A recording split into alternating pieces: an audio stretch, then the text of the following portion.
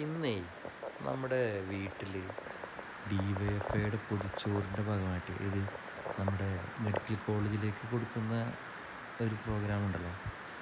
വയറെരിയുന്നവർക്ക് മിഴിയെ നിറയാതിരിക്കാനായിട്ട് DYFI കൊടുക്കുന്ന ഒരു പൊതിച്ചോറിലേക്ക് നമ്മുടെ വീട്ടിൽ നിന്നും ഇന്ന് കുറച്ച് ചോറൊക്കെ ഉണ്ടാക്കിയിട്ടാണ്.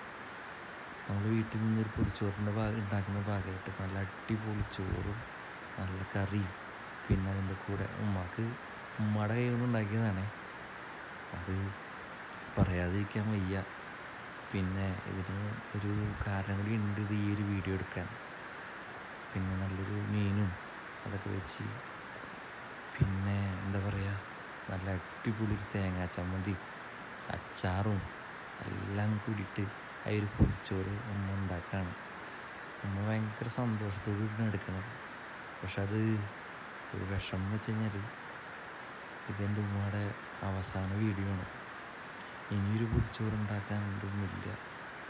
ഉമ്മ എന്നെ വിട്ടു പോയിട്ട് ഇപ്പോൾ ഏതാനും മാസങ്ങളൊക്കെ കഴിഞ്ഞുകൊണ്ടിരിക്കുകയാണ്. പാവം.